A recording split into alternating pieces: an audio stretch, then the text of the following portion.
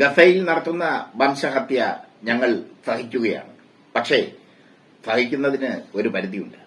ലബണനിൽ ഇപ്പോൾ ആക്രമണം നടത്തി തുടങ്ങിയിരിക്കുന്നു നെതന്യാഹു.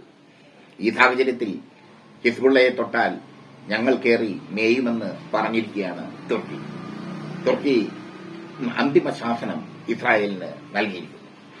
ഹിസ്ബുള്ളയെ തൊട്ടാൽ, ലബണനെ ആക്രമിച്ചാൽ കയ്യും കെട്ടി നോക്കിയിരിക്കാൻ തങ്ങൾക്ക് ആവില്ല. അതേസമയം ഇന്നും ഹിസ്ബുള്ള ഇസ്രായേലിന് നേരെ 4 ആക്രമണങ്ങൾ നടത്തിയതായി റിപ്പോർട്ടുണ്ട്. 4 ആക്രമണങ്ങളിൽ ഇസ്രായേലിന്റെ പ്രധാനപ്പെട്ട സൈനിക പുരകൾ നിന്ന് കത്തിയതായും റിപ്പോർട്ടുണ്ട്.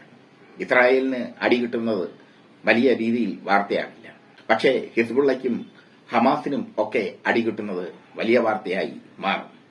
എന്തായാലും ഹമാസും ഹിസ്ബുള്ളയും ഇപ്പോൾ ഒരുമിച്ച് നിന്ന് ഇസ്രായേലിനെതിരെ പോരാടുകയാണ്.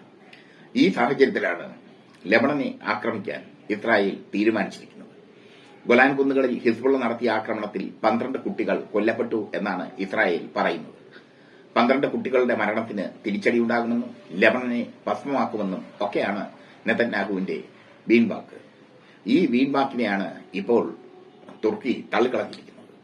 മാത്രമല്ല, ഹിസ്ബുള്ളയുടെ എല്ലാമെല്ലാമായ ഹസൻ നസ്രുള്ള ഇസ്രായേലിനെ പരിഹസിച്ചുകൊണ്ട് രംഗത്തെത്തിയിരിക്കുന്നു.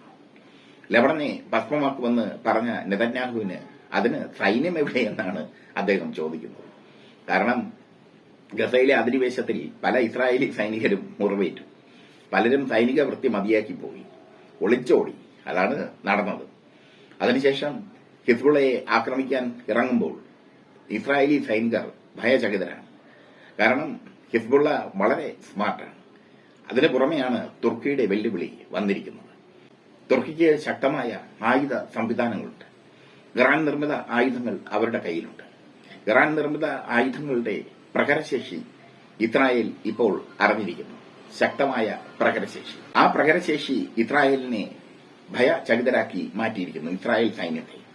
പക്ഷേ ഇപ്പോഴും ഇസ്രായേൽ വംശഹത്യ നടത്തുന്നു ലബണനിലും ഗസയിലും ഒക്കെ. എന്തായാലും ഹിസ്ബുള്ളയുടെ കയ്യിൽ നിന്ന് നന്നായി വാങ്ങിച്ചു കൂട്ടിയിട്ടുണ്ട് ഇസ്രായേൽ. പല സൈനിക പുരകളും നിന്ന് കത്തുന്ന അവസ്ഥ, സൈനിക താവളങ്ങൾ തകർക്കപ്പെടുന്ന അവസ്ഥ.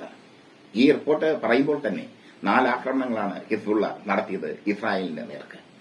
ഇസ്രായേലിന് തങ്ങളെ ഒന്നും ചെയ്യാൻ സാധിക്കില്ലെന്ന് ഹസൻ നസ്രുള്ള പറയും.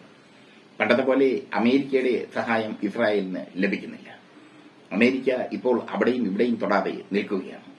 അമേരിക്കയിലെ ജനത, അമേരിക്കയിലെ ജനങ്ങൾ ഇസ്രായേലിനെ തള്ളിക്കളഞ്ഞിരിക്കുന്നു.